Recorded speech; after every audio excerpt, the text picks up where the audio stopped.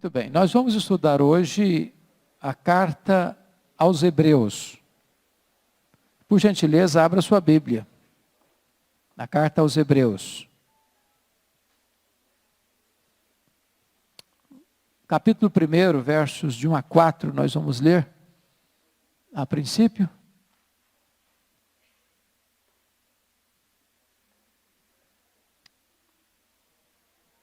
Está escrito o seguinte: havendo Deus outrora falado muitas vezes e de muitas maneiras aos pais, pelos profetas, nestes últimos dias nos falou pelo Filho, a quem constituiu herdeiro de todas as coisas, pelo qual também fez o universo. Ele que é o resplendor da glória e a expressão exata do seu ser, sustentando todas as coisas pela palavra do seu poder, depois de ter feito a purificação dos pecados, assentou-se à direita da majestade nas alturas, tendo se tornado tão superior aos anjos, quanto herdou o mais excelente nome do que eles. A carta aos Hebreus é apropriadamente chamada de o quinto evangelho. E por que a carta aos Hebreus recebe este título, este adjetivo, este epíteto de quinto evangelho? Porque se nos evangelhos você tem o que Cristo fez, em Hebreus você tem o que Cristo continuou fazendo. Em Hebreus você tem o ministério de Cristo após a sua ascensão. Na carta aos Hebreus você encontra com clareza o ministério de Jesus como nosso grande sumo sacerdote à destra de Deus, como nosso intercessor. Então esta é uma peculiaridade desta epístola. Qual é o tema desta carta? O tema desta carta é a superioridade de Cristo. Por quê? Porque você vai notar que Hebreus é escrita para... A Bíblia não menciona quais são os destinatários, mas o nome parece até que sugere isso. Carta aos Hebreus. Dá-nos a impressão que esta carta foi escrita para crentes em Cristo, judeus de raça, mas crentes em Cristo, que em face da perseguição que estava existindo, e nós podemos ver essa perseguição, e vocês podem notar, olha comigo, por gentileza, Hebreus 10, versículo 34, para você entender o contexto.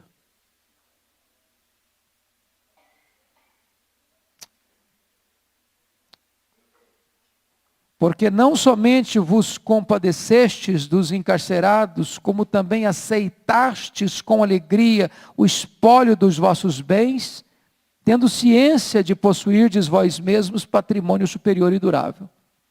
Então, nessa perseguição que eles estavam sofrendo, até seus bens estavam sendo saqueados. Mas se você notar ainda no capítulo 12, versículo 4... essa perseguição ia um pouco além. E ele diz aí, ora, na vossa luta contra o pecado ainda não tendes resistido até ao sangue. E a ideia aqui é de enfrentar até mesmo martírio, por causa da sua fé.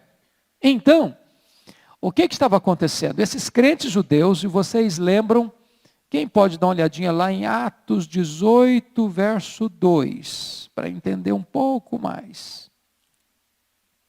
Atos 18, 2. Está escrito assim lá. Lá encontrou certo judeu, em Corinto, né? Em Corinto encontrou certo judeu chamado Áquila, natural do Ponto, recentemente chegado da Itália, com Priscila, sua mulher, em vista de ter Cláudio decretado que todos os judeus se retirassem de Roma. Então notem vocês que no governo de Cláudio, os judeus, por decreto do imperador, tiveram que sair de Roma. Então, esses crentes judeus, que estão sendo como que dispersos, eles estão enfrentando perseguição. E esta carta é escrita para esses crentes, por quê? Porque a religião que está sendo perseguida é a religião cristã, mas o judaísmo propriamente dito não está enfrentando tantas dificuldades. Então, a tentação desses crentes é exatamente retroceder ao judaísmo, voltar ao judaísmo. A tese então de Hebreus é essa: eu estou escrevendo para vocês, para mostrar para vocês que Cristo é melhor, a superioridade de Cristo, dando a eles elementos suficientes para que eles não abandonassem o cristianismo e retrocedessem ao judaísmo. Pois bem, quem escreveu Hebreus? Até hoje essa é uma matéria em aberto. Um dos pais da igreja disse que só Deus sabe. Entretanto, há muitas cogitações. A primeira delas é que Paulo tenha sido o escritor de Hebreus. E há fortes indícios de que tenha sido ele. Há muitas semelhanças com ele. Para vocês terem uma ideia, dá uma olhadinha lá no capítulo 13. Por gentileza.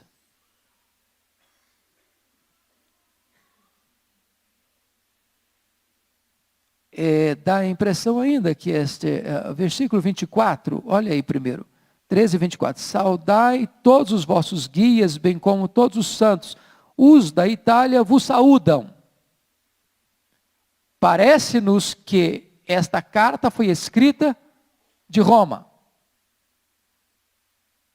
Os da Itália vos saúdam. Então, a impressão que se tem é que ele escreveu da Itália, escreveu de Roma.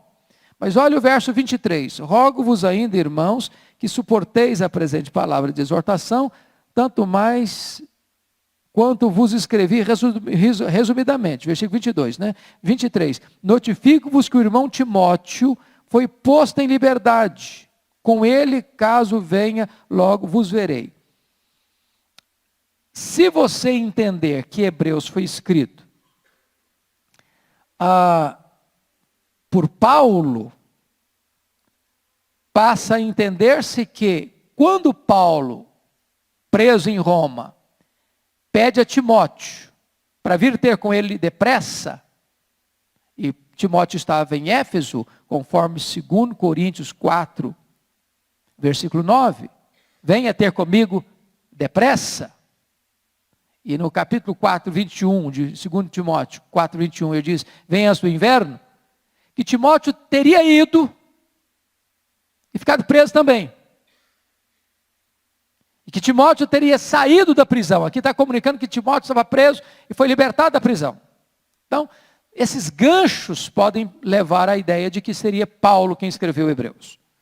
Mas Lutero pensava que foi Apolo, outros achavam que foi Barnabé, outros até acreditam que foi Clemente de Roma. O ponto é que está aberto, não dá para fechar a questão quem escreveu a carta aos Hebreus. A data que foi escrita.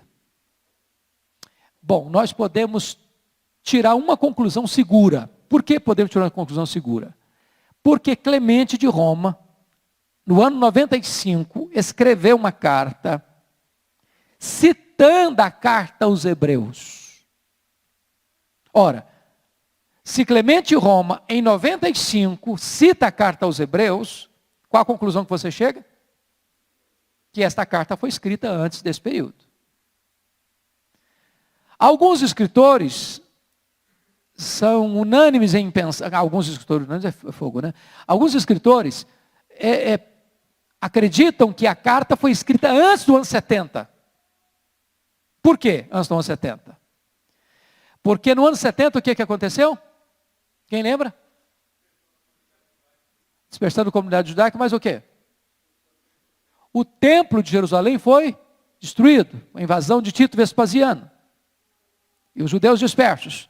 E há muitas menções à prática ritualística judaica no livro de Hebreus, para mostrar que Cristo é superior à religião judaica. E se esta carta tivesse sido escrita depois do ano 70, certamente o autor teria mencionado a destruição de Jerusalém, teria mencionado a destruição do templo, e não há qualquer menção disso. Que foi antes de 95, isso temos certeza.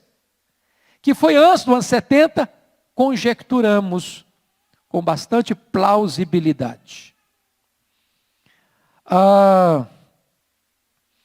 A ideia, portanto, queridos irmãos, é que possivelmente esta carta foi escrita logo antes do ano 70, depois da soltura de Timóteo da sua prisão em Roma. Pois bem, vamos dar uma olhadinha então no esboço desta carta. Então, começando lá no capítulo 1, vamos abrir. Disse vocês que se você pudesse resumir toda a carta numa palavra só, a palavra seria melhor. Melhor. E se você pudesse resumir numa sentença só, Hebreus, você resumiria: Cristo é melhor. O cristianismo é melhor. E ele abre a epístola, primeiro, mostrando que a superioridade de Cristo sobre ou em relação aos profetas do Antigo Testamento. Se não, vejamos. Versículos 1 a 3. Eu começo dizendo: havendo Deus outrora falado muitas vezes, de muitas maneiras, aos pais, pelos profetas. Olha que beleza de texto, com tão ricas informações num único versículo. Quem fala? Deus. Quando fala? Outrora. Quantas vezes fala? Muitas vezes. A quem fala? Aos pais. Por quem fala? Pelos profetas. Agora você nota que esse Deus que falou muitas vezes, de muitas maneiras, aos pais, pelos profetas, agora fala de que maneira? Nesses últimos dias, nos falou o quê? Pelo Filho. E depois de fazer essa transição dos profetas para o Filho, que é Jesus, ele começa a descrever quem é esse Filho. E nenhum profeta, por mais excelente que tenha sido, consegue se enquadrar, se colocar dentro dessa moldura. Se não, vejamos, quem é o Filho? Quem é o Filho? Primeiro, herdeiro de todas as coisas. Segundo, Criador do universo, versículo 2. Terceiro, resplendor da glória e expressão exata do seu ser, ou seja, ele é a exegese de Deus. Quarto, sustentando todas as coisas pela palavra do seu poder, ou seja, ele não é apenas o Criador, ele é o mantenedor do universo. Quinto, depois de ter feito a purificação dos pecados, ou seja, ele é o Redentor. Sexto, assentou-se à direita da majestade nas alturas. Ele é o governador. Então você percebe que,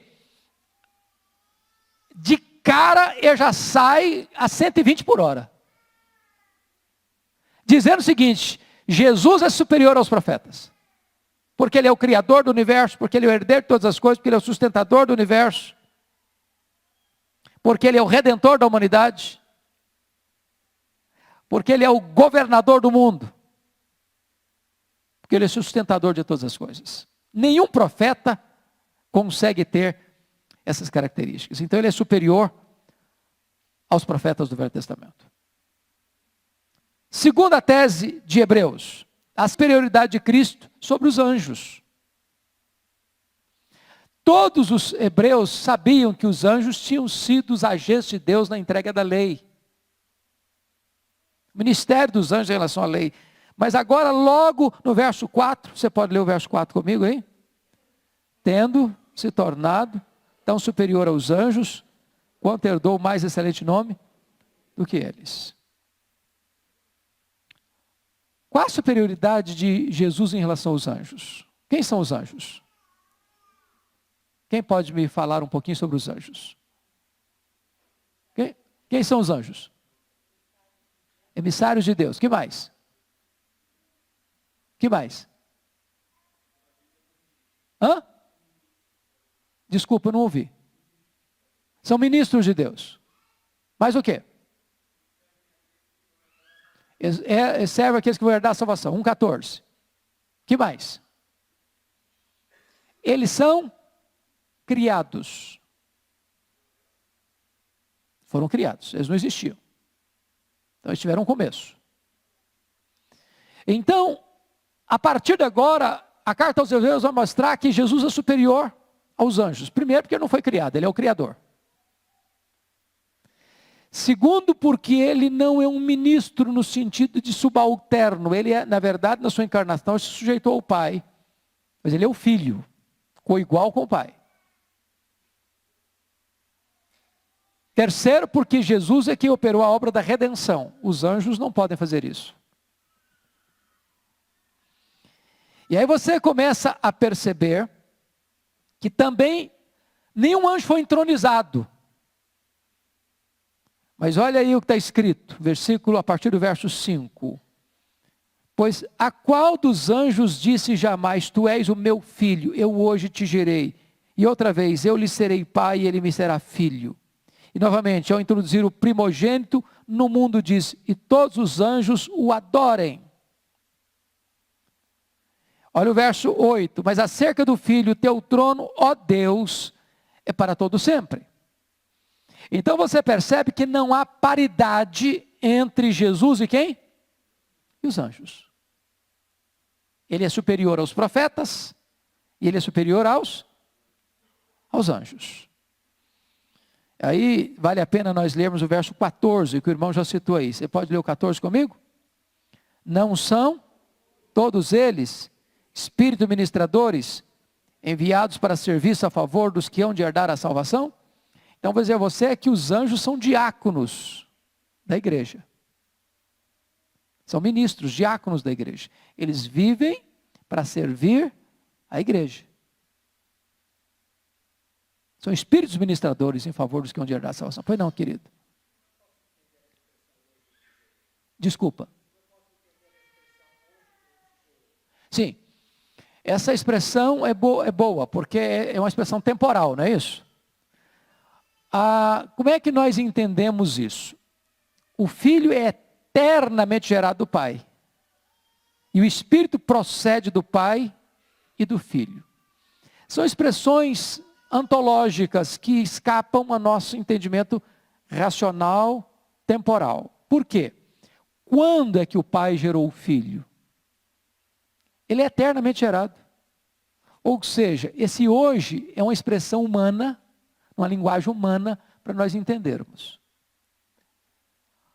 Ou pode referir-se, também alguns escritores acreditam isso, que está falando aqui da encarnação. É uma outra opção.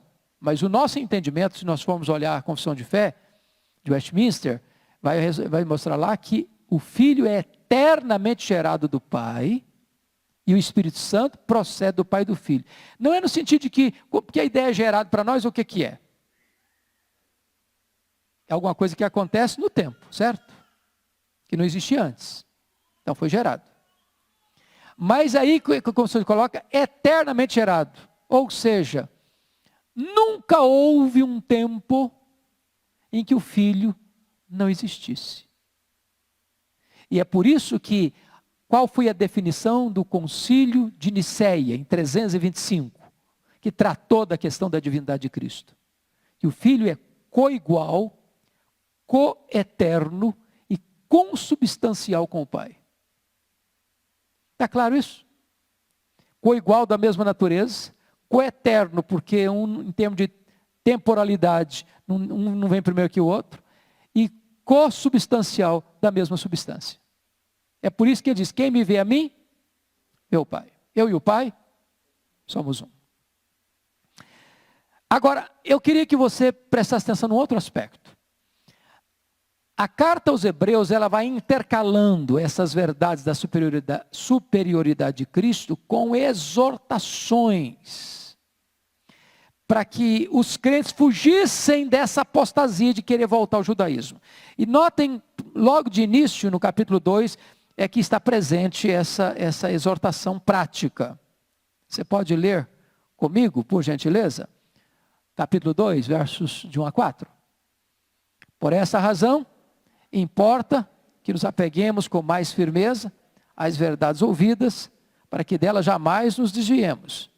Se, pois, se tornou firme a palavra falada por meio de anjos, e toda transgressão ou desobediência recebeu o justo castigo, como escaparemos nós se negligenciarmos tão grande salvação, a qual, tendo sido anunciada inicialmente pelo Senhor, foi-nos depois confirmada pelos que a ouviram, dando Deus testemunho juntamente com eles, por sinais, prodígios e vários milagres, e por distribuição do Espírito Santo, segundo a sua vontade. Ou seja, se o ministério que foi lá dado aos anjos já tinha sentenças sérias para quem desobedecesse, quanto mais nós. Como escaparemos nós? Ou seja, quanto maior a revelação, maior a responsabilidade. Pois bem, então vamos à terceira tese de Hebreus. A superioridade de Cristo em relação a Moisés. Essa é a tese do capítulo 3, verso 1 a 6. Quem foi Moisés para o povo de Israel? Estou fazendo uma pergunta, quem foi? O libertador, certo? Ele foi o libertador.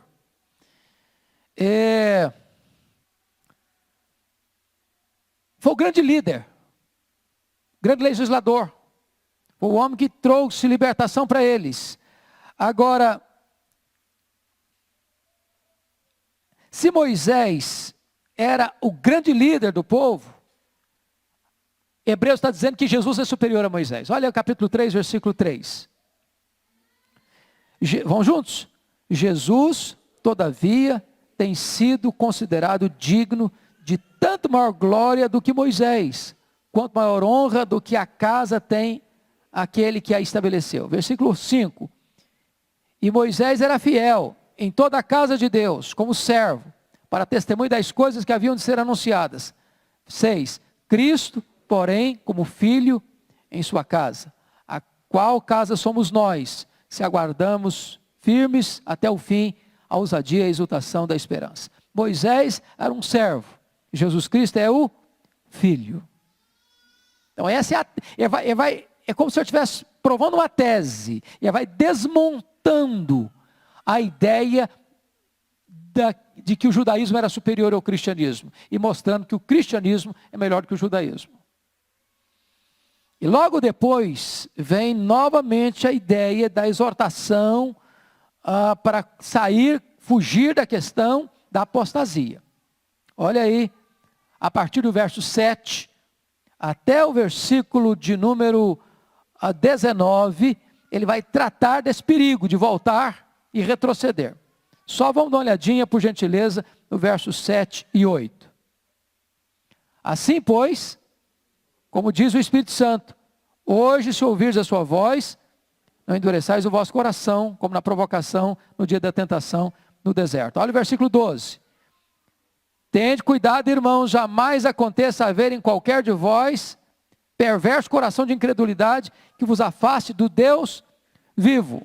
Então note você, parece que até num tom de sermão e num tom pastoral, ele dá a doutrina e aplica. Dá a doutrina e aplica. Dá a doutrina e aplica. Estão percebendo isso? Olha, Jesus é superior aos profetas, aplica. Jesus é superior aos anjos, aplica. Jesus é superior a Moisés, aplica a palavra. Essa é a tese dele. Ele está escrevendo num tom pastoral. Uma igreja que está dispersa pelo mundo, uma igreja que está sendo perseguida pelo mundo, uma igreja que está sendo tentada a retroceder ao judaísmo. Ele está escrevendo, fazendo uma apologia da superioridade de Cristo e do cristianismo e mostrando às pessoas a necessidade de considerarem e observarem isso de forma prática na sua vida. Quarta tese do livro: a supremacia de Cristo sobre Josué. Vamos lá no capítulo 4 agora, versículos de 1 a 10. E eu pergunto a vocês, quem foi Josué para o povo de Israel? Povo hebreu. Hã? Conquistador. O que é que Josué fez? Josué foi o líder que substituiu Moisés e introduziu o povo na terra prometida. A palavra Josué e a palavra Jesus é a mesma palavra, é a mesma grafia. Alguém até usou um pouquinho de tipologia aí, para fazer uma análise bonita, dizendo o seguinte, não sei quando você lê, se você tem essa sensação.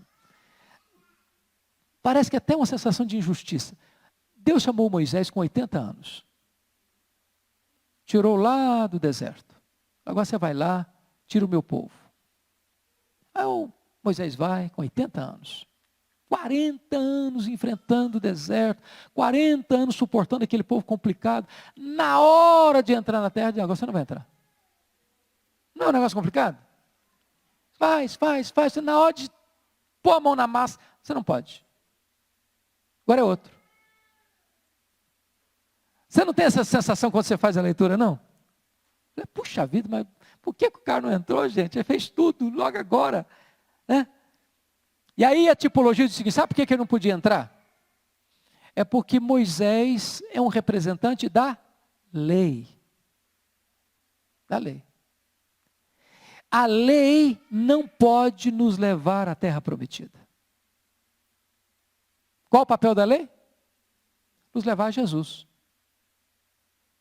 O ministério da lei é esse. É nos levar até Jesus. Eu não salvo, mas eu te apresento quem salva. Por que foi Josué? Isso é a tipologia, viu gente? Eu não estou fazendo essa afirmação teológica aqui não. Eu estou dizendo o que a tipologia entende porque não foi Moisés e sim Josué. Porque Josué tem o mesmo nome Jesus. Quem introduziu o povo na terra foi Josué. Quem nos introduz na Canaã celestial é Jesus. Mas qual é a superioridade de Jesus para Josué? Que terra Josué introduziu o povo? Canaã. Mas essa terra era permanente? Não. Que terra Jesus nos introduz? Na Canaã celestial, na bem-aventurança eterna. Então, a tese é que Jesus é superior a Josué. Você pode ler comigo versículos 1 a 3, 4, 1 a 3, vamos lá? Temamos, portanto, que sendo-nos deixada a promessa de entrar no descanso de Deus, suceda parecer que algum de vós tenha falhado. Porque também a nós foram anunciadas as boas novas, como se deu como eles. Mas a palavra que ouviram não lhes aproveitou, visto não ter sido acompanhada pela fé, como estava naqueles que a ouviram. Nós, porém, que cremos, entramos no descanso, conforme Deus nos tem dito. Assim jurei na minha ira, não entrarão no meu descanso. Agora vamos pular para o versículo 8. Ora, se Josué lhes houvesse dado descanso, não falaria posteriormente a respeito de outro dia. Portanto, resta um repouso para o povo de Deus. 10. Porque aquele que entrou no descanso de Deus, também ele mesmo descansou das suas obras, como Deus das suas. Então, note uma coisa aqui.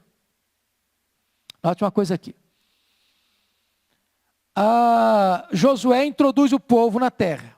Era uma espécie de descanso. Mas não teve descanso verdadeiro. Mas no capítulo 4, verso 9, diz que resta um descanso para o povo de Deus. Que descanso é esse? A palavra descanso aí, sabe qual é? No grego? Sábado. Resta um sábado para o povo de Deus. Só que esse sábado não é o sábado de sexta-feira, entre sexta-feira e domingo. Esse sábado aí é o verdadeiro descanso que nós teremos na redenção eterna. Essa redenção eterna Josué não pode dar. Essa introdução na terra prometida verdadeira Josué não pode fazer. É Jesus Cristo que é superior a Josué que pode fazer. Essa é a tese dele. Aí vem, como de costume, a aplicação do texto nos versos 11 a 16. Olha aí a aplicação prática, verso 11. Lê o verso 11 comigo. Esforcemo-nos, pois, por entrar naquele descanso, a fim de que ninguém caia seguindo o mesmo exemplo de desobediência. Ou seja, ele dá a doutrina e diz agora faça isso. Ele dá o ensino e diz agora obedeça a isso. Vocês estão percebendo isso? Está claro para vocês? Ok? Quinta tese dele. Quinta tese do autor aos Hebreus. A superioridade de Cristo sobre Arão e os sacerdotes. Está no capítulo 5. E vai até o capítulo 7, 28, essa tese. Então, qual era o problema de Arão? Quem era Arão? Quem era Arão? Irmão de Moisés. E ele foi escolhido como sacerdote, seus filhos também escolhidos. Então vamos pensar no sacerdote. Qual a diferença de um sacerdote da descendência de Arão para o sacerdócio de Cristo? Primeiro, vamos tentar fazer um paralelo. Vai lá. Arão era perfeito? Não. Cristo é perfeito? Sim. Quando Arão ia fazer sacrifício, eu tinha que oferecer sacrifício por ele também? Sim. Por quê? Porque ele era pecador. Ok. Que tipo de sacrifício Arão oferecia? Sangue de animais. Sangue de animais. Que tipo de sacrifício Jesus ofereceu? Seu próprio sangue. Quando Arão oferecia um sacrifício, ele precisava repeti-lo? Por que precisava repeti-lo? Porque era imperfeito. Quando Cristo ofereceu o seu sacrifício, ele precisou fazer de novo? Não. Por que não? Porque era perfeito. Então, o autor aos Hebreus vai fazer toda essa análise para mostrar que Cristo é superior a Arão. Porque embora o sacerdócio de Arão foi nomeado por Deus, ele era transitório. Não era perfeito. Porque o sacerdote era imperfeito. A oferta era imperfeita. E por isso não tinha eficácia plena. Agora eu vou fazer outra pergunta. Sangue de cordeiro, de bode, de animais, resolve o problema do pecado? Por que Deus mandou fazer então?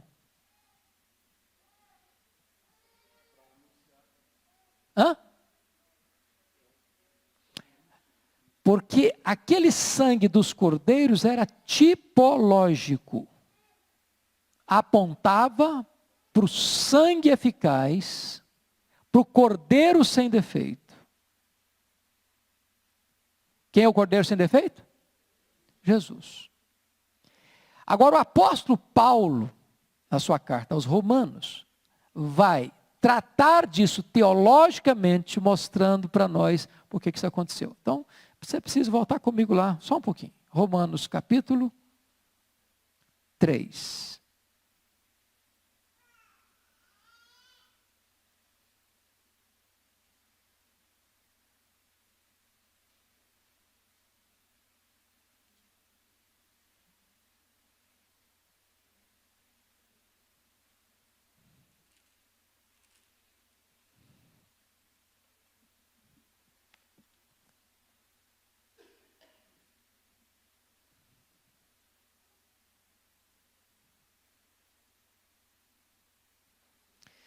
Vamos dar uma olhadinha, versículos 24 a 26.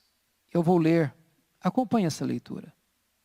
Sendo justificados gratuitamente por sua graça, mediante a redenção que é em Cristo Jesus, a quem Deus propôs no seu sangue, como propiciação mediante a fé, para manifestar a sua justiça, por ter Deus, na sua tolerância, deixado impunes os pecados anteriormente cometidos, tendo em vista a manifestação da sua justiça no tempo presente, para ele mesmo ser justo e o justificador daquele que tem fé em Jesus.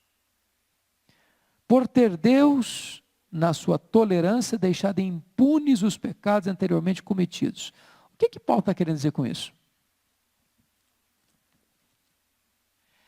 Quando Arão, seus filhos, levavam um sacrifício, um cordeiro, um bode, um animal, sacrificava aquele animal, derramava o seu sangue, aquele sangue purificava pecado?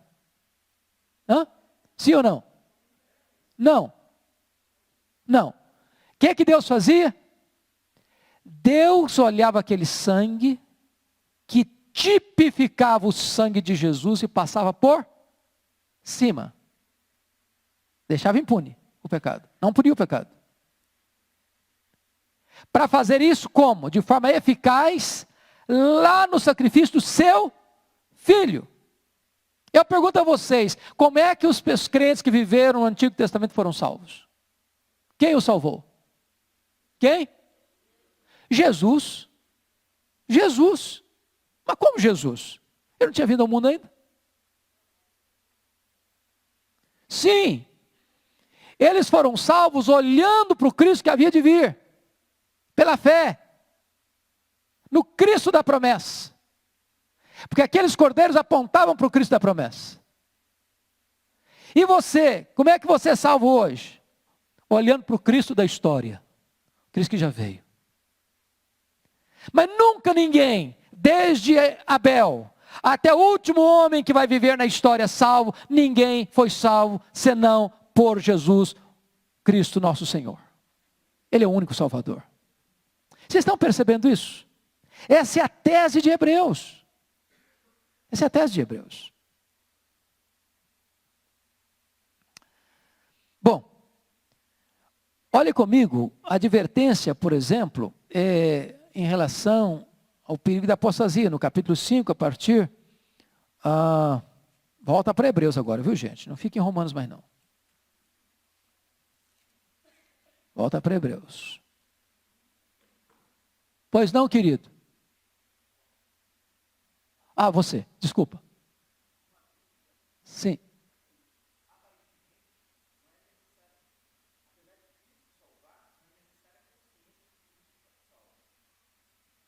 Desculpa, eu não entendi bem a sua pergunta. Repete. Sim.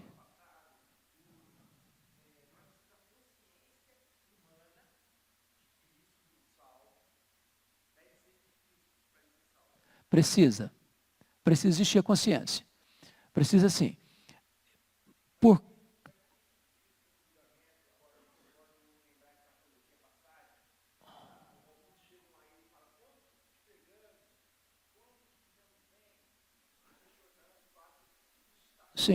Sim, boa sua pergunta. Eu vou esclarecer.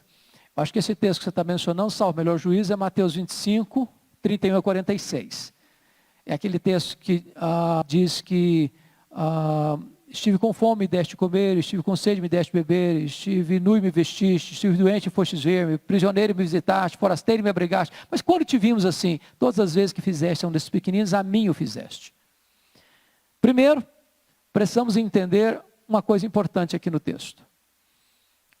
Um texto não necessariamente expressa toda a verdade, porque esse texto, se você notar, só trata de um tipo de pecado, pecado de omissão. Existem outros aspectos do julgamento que vão estar presentes, além dessa passagem específica, que não vão ser julgados no dia final, diz a Bíblia, os livros serão abertos, seremos julgados segundo as nossas obras, seremos julgados segundo as nossas palavras, seremos julgados acerca dos nossos pensamentos e desejos. Esse texto específico trata dos pecados de omissão. Então o que Jesus está querendo dizer é o seguinte: quando eu ajudo alguém, à luz do que nós falamos hoje de manhã no culto da manhã, estenda a mão necessitado e socorro uma pessoa à minha porta, eu estou fazendo para o José, para o Antônio, para o Manuel, para a Maria, para a Joana, não importa o nome da pessoa. Jesus está dizendo, aquilo que você fez para o seu vizinho, para o seu próximo que estava necessitado, você fez para mim. Não é que, desculpa, não é que eu fiz para o meu próximo para angariar o favor de Cristo. Eu fiz por compaixão ao meu próximo. Mas Jesus entende que quando eu faço alguma coisa para alguém, é como se eu estivesse fazendo para ele. Mas para a salvação é necessário que a pessoa tenha consciência, primeiro do seu pecado, segundo da necessidade que ele tem do Salvador. É preciso ter essa consciência sim. Ninguém é salvo inconscientemente por Cristo Jesus. É preciso saber quem ele é e por que ele está sendo salvo por ele. Não sei se ficou claro para você, meu irmão. Ok. Sim. Sim. Exato. Veja bem, eles não fazem isso mais hoje, sacrifício de animais. Primeiro porque com as dispersões, etc, etc, hoje tem muita dificuldade de identificar a linha sacerdotal. Quem são os filhos de Arão?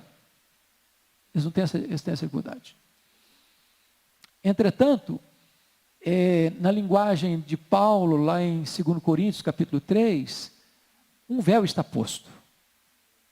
E quem já foi a Israel, talvez a coisa que mais decepciona ou mais choca é perceber tanta religiosidade e ao mesmo tempo tanta cegueira. Você vai, por exemplo, no Muro das Lamentações e você vê de criança pessoas idosas batendo a cabeça no muro, lendo o Antigo Testamento, na visão deles, aguardando o Messias que há de vir, sem entender que o Messias já veio. Então, vem aí a verdade bíblica de que ninguém pode dizer Jesus é o Senhor senão pelo Espírito Santo. Em outras palavras, só o Espírito Santo pode convencer o homem do pecado. Não é uma descoberta nossa. Não é porque você, um dia, sua vida estava muito ruim, e você estava, gente, mas minha vida está tão ruim, está tão vazia, estou tão frustrado, estou tão machucado, estou tão ferido da vida, estou tão decepcionado com tanta coisa. Eu acho que eu preciso de Deus, eu preciso de Jesus. Como é bom, eu descobri isso por mim mesmo, a minha necessidade. Não, bobagem. Essas circunstâncias são apenas elementos que o Espírito Santo usa. Mas quem convence é o Espírito Santo. Você já não conhece aquele ditado popular que o mesmo sol que amolece a cera endurece o barro? Já escutou aquela frase, quem não vem por amor vem pela dor? Bobagem, essa frase é mentirosa. A dor sem a graça endurece. Está escrito lá no livro de Apocalipse que diante dos flagelos que vieram das trombetas de Deus, a trombeta de Deus fala do juízo parcial de Deus, para trazer as pessoas ao arrependimento, sem a graça, as pessoas eram flageladas e mordiam na língua e blasfemavam contra Deus. Então, Deus usa o sofrimento, mas quem traz você para Deus não é o sofrimento, é o Espírito Santo. Se ele não trouxer, você não vem. Não vem. É só Ele que pode regenerar, dar um novo coração, uma nova disposição da nossa alma. Só Ele pode nos convencer de pecado. Então, o que na verdade está lá, querido, é que a venda está nos olhos ainda. E quando o Espírito Santo tirar essa venda, então eles vão ver. Pois não. Sim.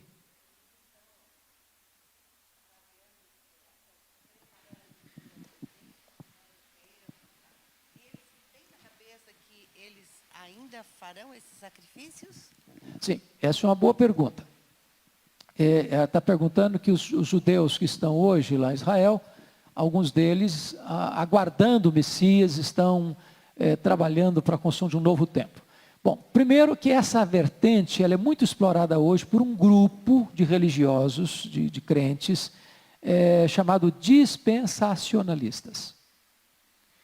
E os dispensacionalistas dão essa ênfase. Por quê? Porque eles acreditam que Israel é diferente de igreja. Israel é um povo distinto de igreja. E que esse templo tem que ser construído, precisa ser construído, porque seria uma questão de cumprimento de profecia. Nós não entendemos assim. Nós não entendemos assim.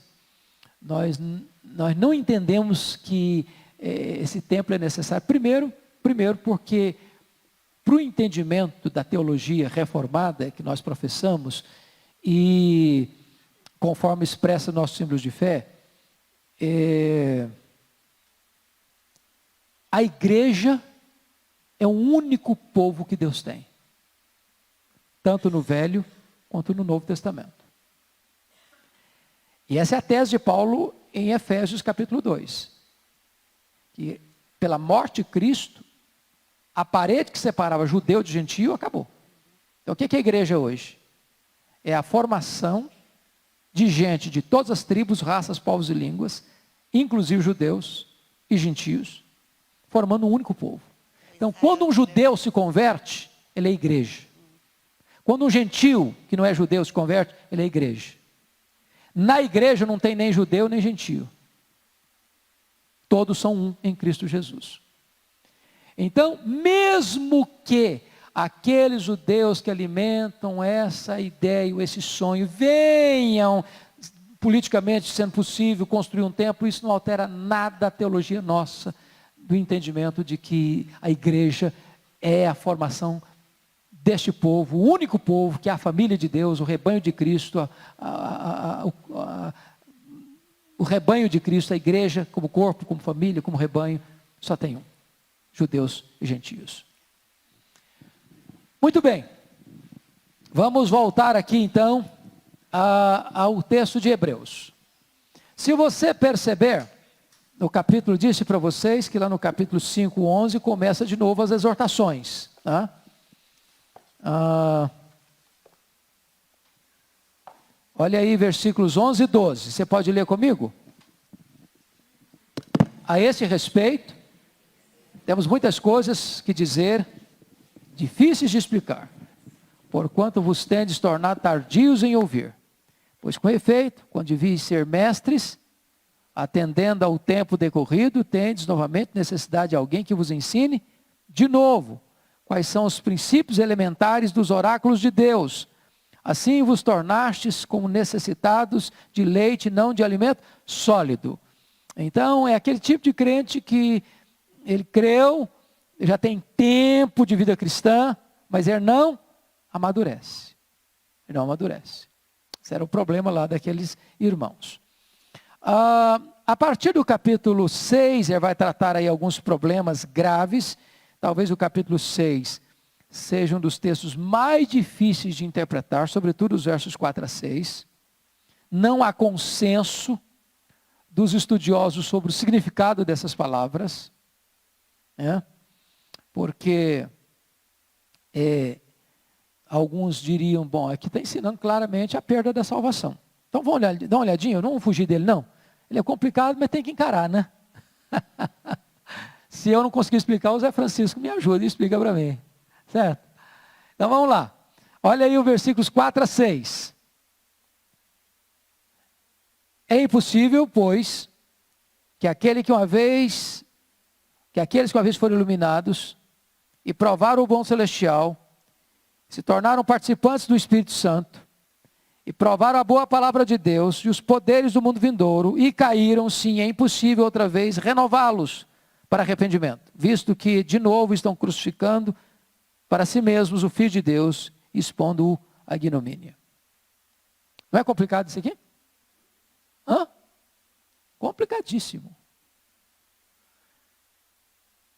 Agora, são muitas as possibilidades que o texto apresenta, e aí vai de linha teológica, as interpretações variam. Um arminiano olha para esse texto e está vendo aí, ó, caiu da graça, perdeu a salvação. Estava salvo, agora não está mais. Está escrito, pronto, e aí? O que eu faço? A pergunta é, esse texto está falando de salvo ou de crente nominal? Você conhece gente que veio para a igreja, batizou, fez profissão de fé, foi até diácono da igreja, foi até presbítero da igreja, foi até pastor da igreja, e descambou? Conhece? Quem conhece? Muita gente conhece. Você põe em xeque o que nessa hora?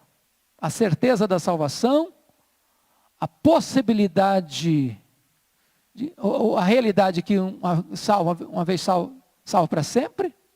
Ah não, então, fulano de tal, foi crente, foi presbiteriano, foi calvinista, foi reformado, né?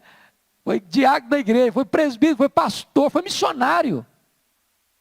E hoje, abandonou tudo, morreu lá. Então, negócio de certeza de salvação é bobagem. É isso que você põe em xeque? O que você põe em xeque nessa hora? A verdadeira conversão dessa pessoa. Quem pode ler para mim em voz alta? Cadê o microfone que está rodando por aqui? Dê o microfone para o Zé Francisco. Você está com a Bíblia na mão aí? Tá não? Quem aí? Lê para nós aí. 1 de João 2,19. 1 de João 2,19. Tudo sem óculos, cara. 1 de João, você está sem óculos. Tá bom. 2,19. Pega 1 de João aqui.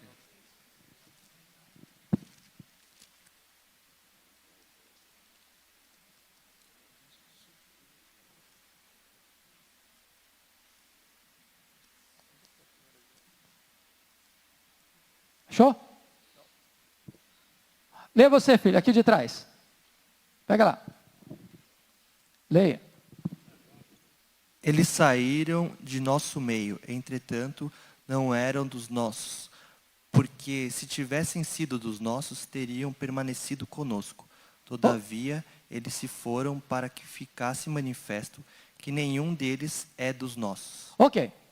Qual a conclusão que você chega? Por que saíram? Não era dos nossos. Se fosse dos nossos, teriam permanecido. Então, você precisa entender, às vezes, esse aspecto de pessoas que estão na igreja, visível, mas que nunca fizeram parte da igreja, invisível. Que fazem parte da igreja militante, mas nunca fizeram parte da igreja triunfante. Que tem o nome no hall de membro da igreja, mas nunca tem o seu nome escrito no livro da vida. Por que eu posso saber que esse time aqui não era de gente salva? Olha a adversativa do verso 9. 6:9. Quanto a vós outros, todavia, ó amados, estamos persuadidos das coisas que são melhores e pertencentes à salvação. Ainda que falamos dessa maneira. Toda vez que você lê na sua Bíblia, encontrar na sua Bíblia uma palavra adversativa, quais são os adversativos da língua portuguesa? Mas, entretanto, porém, todavia, entrementes, etc. Etc. não é, viu? Ai. Você pode perceber que ele está contrastando algo que disse agora com o que está dizendo aqui. Outra hora está dizendo agora, certo? Então ele estava falando de um time que não era salvo, mas está lá, recebendo todas as... Você não acha que um camarada que é pastor, por exemplo, que pregou o evangelho, que leu o evangelho, que ensinou o evangelho, e que fez tudo, que recebeu tudo, mas que não era convertido? Pensa no Judas Iscariotes. Ouviu, falou, pregou, talvez ganhou pessoa para Cristo, orou pelos enfermos, talvez viu gente sendo curada, talvez expulsou demônio dos outros. Não é isso que o texto diz lá em Mateus 7? Senhor, Senhor, porventura não profetizamos em teu nome? Não fizemos milagres em teu nome? Não expelimos demônios em teu nome? Fizeram mesmo. O resultado do trabalho deles aconteceu mesmo. Apartai-vos de mim, vós os que praticais a iniquidade, eu nunca vos conheci. Bom, se eu não conseguir esclarecer, depois vocês perguntam ao Zé Francisco, tá bom? Muito bem, vamos ao outro aspecto aqui. Apesar de que eu vou ter que ficar por aqui, porque o tempo já está quase acabando, e eu acho que eu vou ter que voltar em Hebreus no outro domingo, viu? Ok, quem não pegou, vamos dar por das perguntas. E a gente fica aqui. Será que a gente pode interpretar que no versículo 4, aqui em Hebreus 6, foram iluminados, é diferente de ter a luz da vida?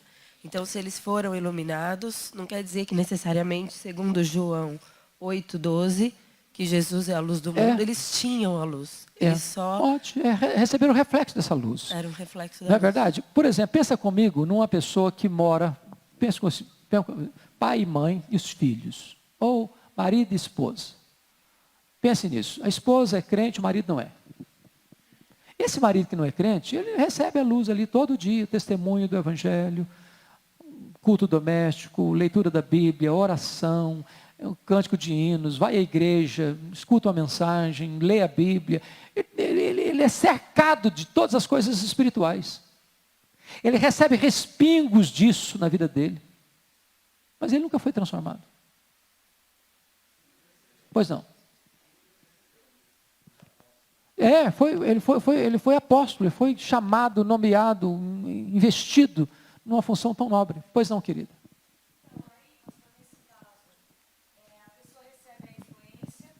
Uhum. Mas ela não se converte por quê? Porque ela prefere não se converter ou porque o Espírito Santo não está se manifestando? Esse é um ponto que você levanta da mais alta complexidade. Por quê? Porque entra aí um aspecto para nós misterioso e ao mesmo tempo de 100% de responsabilidade humana. Primeiro, porque a soberania de Deus na salvação é para nós um grande mistério. Por que Deus escolheu José e não o Antônio? Ou escolheu o Antônio e não José? Isso é da economia de Deus. Eu não sei. O que me admira é que ele me escolheu você. Segundo, é de total responsabilidade humana, porque a Bíblia diz assim: arrependei-vos e crede. Então tem um momento em que a responsabilidade é nossa. E tanto é nossa que nós seremos julgados pela nossa negligência. Por exemplo, dê uma olhadinha lá em Ezequiel, capítulo 33, salvo o melhor juízo. Ezequiel 33.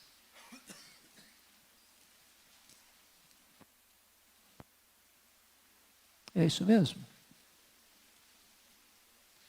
É isso mesmo. Versículo 11. Eu vou ler, vocês acompanham. Dize-lhes: tão certo como eu vivo, diz o Senhor Deus, não tenho prazer na morte do perverso, mas em que o perverso se converta do seu caminho e viva. Convertei-vos de vossos maus caminhos. Pois por que havereis de morrer, ó casa de Israel? Este é o ensino da Escritura. Deus não tem prazer na morte do perverso, mas em que ele se converta e viva. Agora, por que alguns ao ouvirem isso se rendem, outros não? Eu não sei explicar. Isso é mistério de Deus. Porque diz a Bíblia que esse Deus a uns amolece, a outros endurece. E eu não posso questionar Deus por que ele exerce misericórdia com uns e passa por cima e aplica a sua justiça nos outros. Esse é o grande mistério. Entretanto, eu costumo dizer o seguinte, que com respeito à soberania de Deus na eleição, eu não posso entrar nesse campo da conjectura. Eu não posso entrar nesse campo da especulação. Eu não posso dizer, então o negócio, deixa eu viver minha vidinha. Porque se Deus quiser vai dar um jeito. Isso é o que a Bíblia chama lá, Jesus chamou e diz para Satanás, pula daqui para baixo que está escrito. Isso é tentar Deus. O que Deus me ordena é, arrependa, creia. Agora, a Bíblia diz que Deus é quem opera em mim, tanto querer quanto realizar. Ora, aqueles que rejeitam a graça de Deus, é possível que haja uma coisa, Deus endureceu o coração deles. Não foi assim com o faraó? A quem Deus endurece? Aos que querem ficar duros. Aos que se rebelam. Por isso a maior sentença a uma pessoa é receber de Deus o que ela quer. é Deus entregar essa pessoa a ela mesma. Não diz a Escritura, todo aquele que vem a mim de maneira nenhuma eu lançarei fora, Deus não rejeita o coração quebrantado? Então esse é o ponto para nós, Deus manda você se arrepender, Deus manda você crer, Deus manda você se voltar para Ele. Se você inclinar o seu coração, Ele opera em você o querer e o realizar.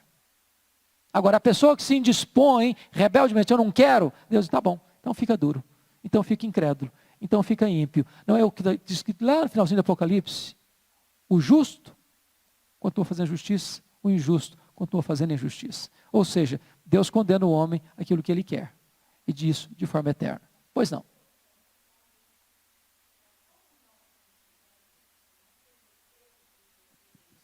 Uhum. Nada nos impede de, como irmãos, orarem por essas pessoas. Claro, não? claro. Até porque, irmã, quem é que conhece quem são os escolhidos de Deus? Só Deus. O que é que Deus nos manda? Ide por todo mundo, pregai o evangelho a quantas pessoas? Deus não diz assim, ide por todo mundo e pregai o evangelho aos eleitos. Está escrito isso? Não. Quem conhece os eleitos? Deus. Eu não conheço. Exatamente. Então, exatamente, esse é o ponto maravilhoso. Você tem que pregar a todos. Aqueles que são de Jesus, as minhas ovelhas ouvem a minha voz, me seguem.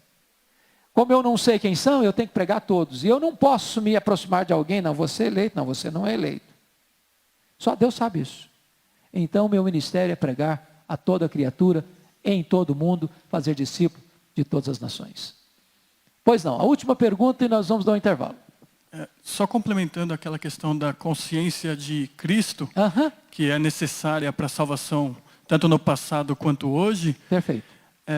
Relembrando aquele texto de Gênesis, logo depois da queda, Deus falou para a serpente, 3,15, porém inimizade entre ti e a mulher, entre a tua descendência e o seu descendente. Este te ferirá a cabeça e tu lhe ferirás o calcanhar. Então, desde a queda já estava prometido o Redentor. E o povo de Deus, que conhecia a Escritura, sabia disso. Então, a fé dele estava baseada nisso. Um fato histórico. Né? Então, fica muito claro isso. A consciência de Cristo está em Gênesis já. Não pelo nome de Jesus, mas pelo Redentor. Perfeito. E se nós pudéssemos recuar um pouco mais, filho, está lá em Apocalipse 13:8, que o Cordeiro foi morto desde a fundação do mundo. Então, nos decretos de Deus, já é eterno. Historicamente, aparece já aí no início da história, em Gênesis 3,15. Muito bem, queridos. Deus abençoe. Se vocês não ficarem aborrecidos comigo, nós vamos voltar em Hebreus para darmos continuidade. Tá certo? Deus abençoe. Nós vamos orar. Zé Francisco, vem cá. Você está sem óculos para ler, mas para orar você pode. Você não precisa do óculos. Ai, meu Deus. Desculpa de eu brincar com você hoje, viu, filho? Senhor nosso Deus, Pai amado, nós te agradecemos porque o Senhor nos trouxe aqui esta manhã, na tua casa, casa de oração, no dia do Senhor. Nós te agradecemos pela oportunidade que temos de refletir, de aprender sobre a sua palavra. Também cantar louvores, de orar, de agradecer pela salvação, de agradecer por Jesus Cristo, pelo sacrifício que Ele fez, derramando o seu precioso sangue lá no Calvário. E pedimos que o Senhor nos ajude na nossa caminhada aqui nessa terra, que nós sabemos que ela é curta, que ela é efêmera, mas nós estamos caminhando para Jerusalém Celestial. Que o Espírito Santo nos ilumine, nos oriente, caminhe conosco a cada dia. E que nós possamos, através da capacidade do Espírito Santo, pregar a tua palavra, anunciar as maravilhas de Jesus, para que muitas pessoas possam ter a alegria que nós temos da salvação em Cristo Jesus. Abençoa o culto que nós iremos realizar a seguir. Abençoa esse dia, que é o dia do Senhor. E é no nome precioso de Jesus que nós oramos e agradecemos. Amém. Deus abençoe, queridos. Então temos um pequeno intervalo agora. E 11 horas de volta aqui.